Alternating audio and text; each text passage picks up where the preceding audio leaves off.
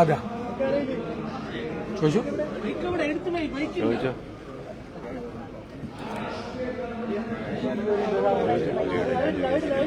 ആരും ചോദിച്ചോ, ആരും ചോദിച്ചു തുടങ്ങിയോ? മൈക്കിടല്ലേ?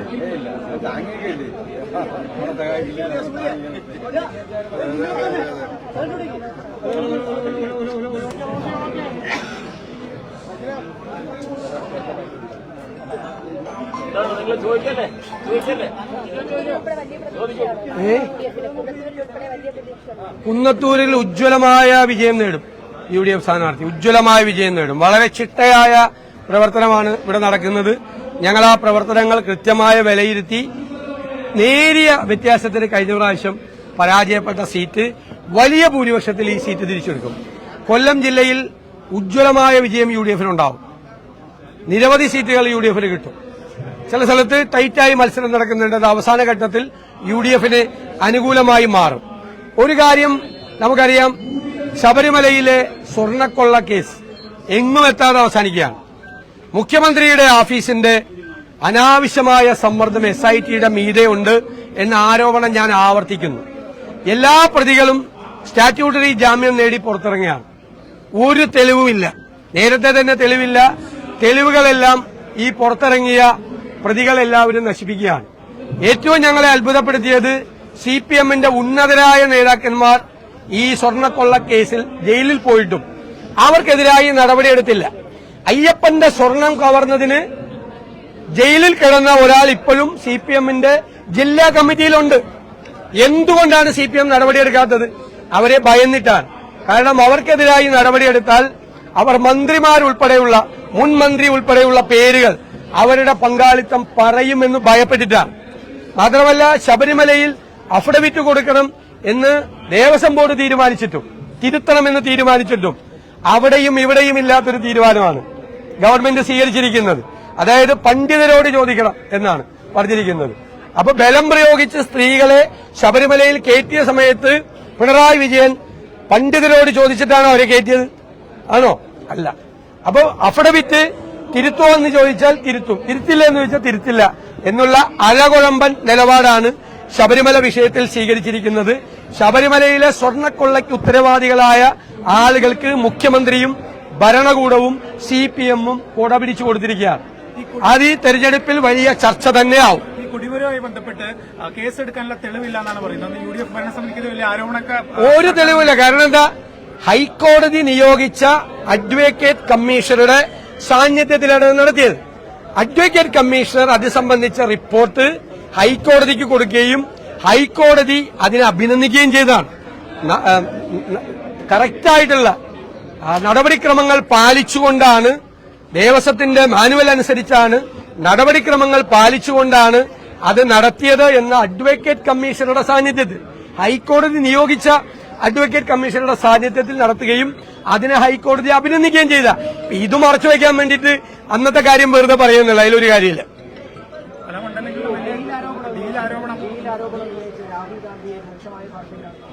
അത് പിണറായി വിജയൻ രാഹുൽ ഗാന്ധിയെ എതിർക്കുന്നത്, രാഹുൽ ഗാന്ധിക്കെതിരായിട്ട് മോശമായ പരാമർശം നടക്കുന്നത് അമിത്ഷായുടെയും നരേന്ദ്രമോദിയുടെയും ഗുഡ് ബുക്കിൽ കയറാൻ വേണ്ടിയിട്ടാണ്. കാരണം കുറെ കേസുകൾ വെച്ച്, അദ്ദേഹത്തിനെതിരായിട്ടുള്ള കേസുകൾ വെച്ച് അവർ ബ്ലാക്ക്മെയിൽ ചെയ്യാണ്. തൃശൂരിൽ പാർലമെന്റ് തെരഞ്ഞെടുപ്പിൽ സുരേഷ് ഗോപിയെ ജയിപ്പിക്കാൻ കരുവന്നൂർ ബാങ്ക് വെച്ച് EDയെ വെച്ച് ബ്ലാക്ക്മെയിൽ ചെയ്തതുപോലെ ഇപ്പൊ ബ്ലാക്ക്മെയിൽ ചെയ്യാണ്. ഇപ്പൊ രാഹുൽ ഗാന്ധിയെ കുറിച്ച് മോശമായി സംസാരിച്ചാൽ നരേന്ദ്രമോദിയുടെയും അമിത്ഷായുടെയും ഗുഡ് ബുക്കിൽ കയറും. മനസ്സിലായോ? നല്ല സർട്ടിഫിക്കറ്റ് കിട്ടും. അതിനുവേണ്ടി അവരുടെ മുന്നിൽ 90 ഡിഗ്രിയിൽ കുനിഞ്ഞാണ് ഈ മുഖ്യമന്ത്രി നിൽക്കുന്നത്. അമിത്ഷായും നരേന്ദ്രമോദിയും പറഞ്ഞാൽ ഏത് കടലാസിൽ ഒപ്പിട്ട് കൊടുക്കും. PM ശ്രീയിൽ ഒപ്പിട്ട് വന്നിട്ട് CPIക്കാര് അതിൽ ഒപ്പിടരുത് എന്ന് വാശി പിടിക്കുമ്പോൾ ഒപ്പിട്ട കാര്യം മറച്ചുവെച്ച് മന്ത്രിസഭാ യോഗത്തിൽ ഇരുന്ന കേരളത്തിലെ ആദ്യത്തെ മുഖ്യമന്ത്രിയാണ് പിണറായി വിജയൻ. സ്വന്തം മന്ത്രിമാരെ പോലും കബളിപ്പിച്ചു. ഒപ്പിട്ടിട്ടാണ് അവിടെ വന്നിരിക്കുന്നത്. ഇവർ ഒപ്പിടരുതെന്ന് വാശി പിടിക്കുമ്പോൾ ഒപ്പിട്ട കാര്യം മിണ്ടാതെ സ്വന്തം മന്ത്രിമാരുടെ കയ്യിൽ നിന്നും ഈ വിവരം മറച്ചുവെച്ച കേരളത്തിലെ ആദ്യത്തെ മുഖ്യമന്ത്രിയാണ് പിണറായി വിജയൻ. അപ്പൊ അവരെ സൂചിപ്പിക്കാനാണ് പറയുന്നത്.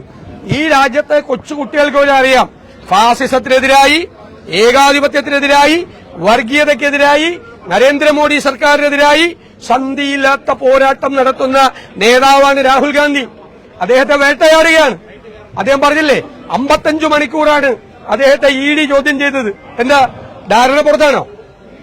പിണറായി വിജയനോട് എനിക്ക് ചോദിക്കാനുള്ളത് 55 മണിക്കൂർ ED സുഖമില്ലാത്ത സോണിയാഗാന്ധിയെയും ശ്രീ രാഹുൽ ഗാന്ധിയെയും ചോദ്യം ചെയ്തത് ഡീലായിരുന്നോ?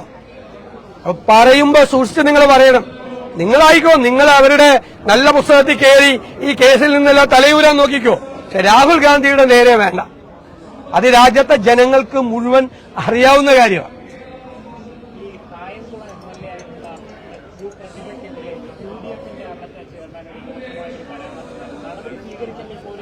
അധിക്ഷേപകരമായ പരാമർശമാണ്. ഒരിക്കലും ഒരു രാഷ്ട്രീയ നേതാവ് ഒരു വനിതാ നേതാവിനെ കുറിച്ചോ പ്രവർത്തകയെക്കുറിച്ചോ ഒരു വനിതയെക്കുറിച്ചോ പറയാൻ പാടില്ലാത്ത കാര്യമാണ് പറഞ്ഞത്.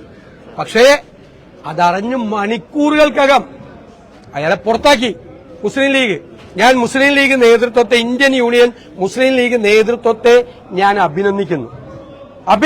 തെറ്റാണ് അയാൾ ചെയ്തത്. ഞങ്ങൾ ആരും അതിനെ പിന്തുണച്ചില്ല. ഒരാൾ പോലും അത് ശരിയാണ്, ആ ഭാഷ ഒരു കുഴപ്പമാണ്, അല്ലെ അടർത്തി മാറ്റിയതാണ് എന്ന് ഞങ്ങൾ ആരും എന്ന് പറഞ്ഞില്ല. ഒരാളും. എല്ലാവരും അതിനെ ശക്തിയായി അപലപിക്കുകയും അയാളെ സസ്പെൻഷനല്ല, ആ പാർട്ടിയിൽ നിന്ന് പുറത്താക്കി, UDF കൺവീനർ സ്ഥാനത്ത് നിന്ന് പുറത്താക്കി. പക്ഷേ പ്രാഥമിക അംഗത്തിൽ നിന്ന് പുറത്താക്കി, അയാളില്ല. പക്ഷേ ഒറ്റ ചോദ്യമാണ് എനിക്ക്, ഒറ്റ ചോദ്യം. രമ്യ ഹരിദാസിനെതിരായി അശ്ലീല പരാമർശം നടത്തിയ വിജയരാഘവൻ പോളിറ്റ് ബ്യൂറോ മെമ്പറാ. എന്ത് നടപടിയെടുത്തു CPM? KK രമയ്ക്കെതിരായി എത്ര അധിക്ഷേപകരമായ പരാമർശം CPM-കാർ നടത്തി? ഒരു നടപടിയെടുത്തില്ല. വീണ S നായർക്കെതിരെ നടത്തി, ഒരു നടപടിയും എടുത്തില്ല.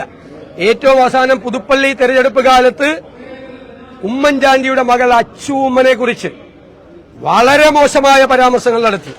സെക്രട്ടേറിയറ്റിൽ ഒരു CPM നേതാവ് നന്ദകുമാർ എന്നാണ് എന്റെ ഓർമ്മ, തെറ്റിയെങ്കിൽ എന്നോട് ക്ഷമിക്കണം, എന്റെ ഓർമ്മ. അയാൾക്കെതിരെ പരാതി കൊടുത്തിട്ട് നടപടിയെടുക്കാൻ നിർവാഹമില്ല എന്ന മറുപടി എന്റെ ഓഫീസിലിരിക്കുന്നത് തിരുവനന്തപുരത്ത്.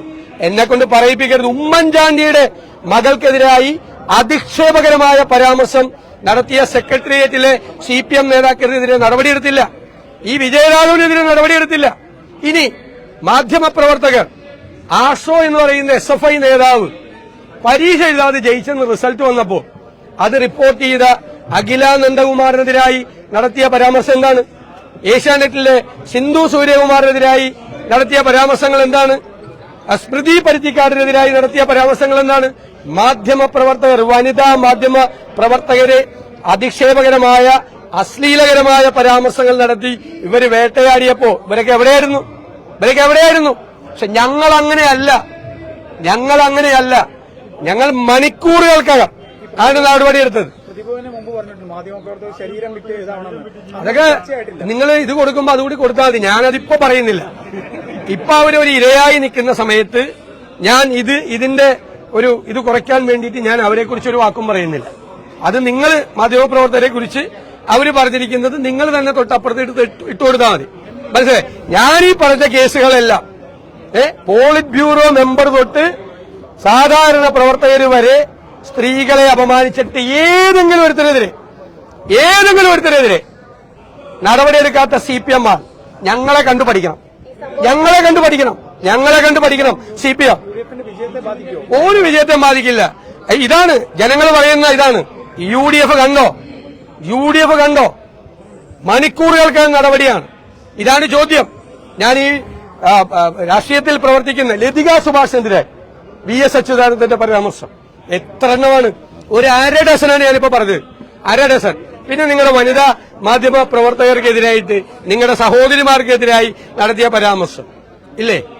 ഞങ്ങളെന്താ പാലക്കാട് MLA-യുമായി ബന്ധപ്പെട്ട വിഷയം വന്നപ്പോൾ, സ്ത്രീകൾക്കെതിരായി പോസ്റ്റുകൾ വന്നപ്പോ ഞാനാണ് പരസ്യമായി പറഞ്ഞത്, ഒറ്റ UDF-കാരനും ഒറ്റ കോൺഗ്രസുകാരനും അവർക്കെതിരായിട്ട്, ഈ സ്ത്രീ അതിജീവിതകൾക്കെതിരായിട്ട് എന്തെങ്കിലും ആവശ്യമില്ലാത്ത പരാമർശം സോഷ്യൽ മീഡിയയിൽ കൊടുത്ത ഒരു പാർട്ടിയിൽ ഉണ്ടാവില്ല എന്ന് പറഞ്ഞത് ഞങ്ങളാണ്. ഉണ്ടാവില്ല എന്ന് പറഞ്ഞത്. അല്ലാതെ ഈ മുഖ്യമന്ത്രി പറയുന്ന ഇരട്ടത്താപ്പല്ല ഞങ്ങൾക്ക് ഈ നിലപാട്. ഞങ്ങളുടെ നിലപാട് ശക്തമാണ്. ഒരു വിട്ടുവീഴ്ചയില്ല എന്റെ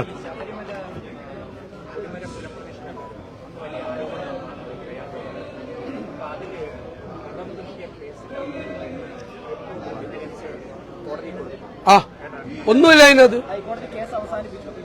ആ കൃത്യമായിട്ട് ഞാൻ അതൊക്കെ വെറുതെ ഈ ആരോപണം, ഈ സ്വർണ്ണക്കൊള്ള ആരോപണത്തിന്റെ ഗൗരവം കുറയ്ക്കാൻ വേണ്ടിയിട്ട് ഞങ്ങൾ മാത്രമല്ല കട്ടത്, മറ്റവരും കട്ടിട്ടുണ്ടെന്ന് പറഞ്ഞുകൊണ്ട് വന്ന ഒരു കളവും നടന്നിട്ടില്ല എന്നപ്പോ കോടതി പറഞ്ഞത്. കോടതി നിരീക്ഷണത്തിൽ നടന്ന കാര്യം ജസ്റ്റിസ് ദേവൻ രാമേന്ദ്രന്റെ വിധി കൂടിയുണ്ട് ഈ നടപടിക്രമങ്ങളെ അഭിനന്ദിച്ചുകൊണ്ട്. അദ്ദേഹത്തെ പോലെ സമുന്നതനായ ഒരു നിയമ പണ്ഡിതനായ ഒരാൾ നടത്തിയ ജഡ്ജ്മെന്റ് കൂടിയുണ്ട്. ഞാനത് വായിച്ചാണ് ഒരിക്കൽ, മനസ്സിലായില്ല. അപ്പൊ ക്ലിയർ ആയല്ലോ എല്ലാ കേസും. ഈ തെരഞ്ഞെടുപ്പിൽ പല സ്ഥലത്തും അങ്ങയുടെ ചിത്രം ഒഴിവാക്കി മറ്റ് നേതാക്കന്മാരുടെ ചിത്രം ഉൾപ്പെടുത്തി അത് മുഖ്യമന്ത്രി പറവൂരിലെ ഞാൻ ഇപ്പോൾ ഈ തെരഞ്ഞെടുപ്പില് UDF ചെയർമാനാണെങ്കിലും പറവൂരിലെ സ്ഥാനാർത്ഥി മാത്രമാണ്. കോൺഗ്രസിൽ ഞാനടക്കം ഒരു മുഖ്യമന്ത്രി സ്ഥാനാർത്ഥിയില്ല. ഞാൻ UDF ചെയർമാൻ എന്നുള്ള നിലയിൽ പുതിയ യാത്ര നടത്തിയപ്പോ എന്തോരം പടം വരുന്നു വെച്ചെന്ന് ഇത് കൂടിപ്പോയെന്ന് ഞാൻ തന്നെ പറഞ്ഞതാണ്. ഈ തെരഞ്ഞെടുപ്പിൽ പറവൂര് വെച്ചാൽ മതി എന്ന് ഞാൻ പറയുന്നത്.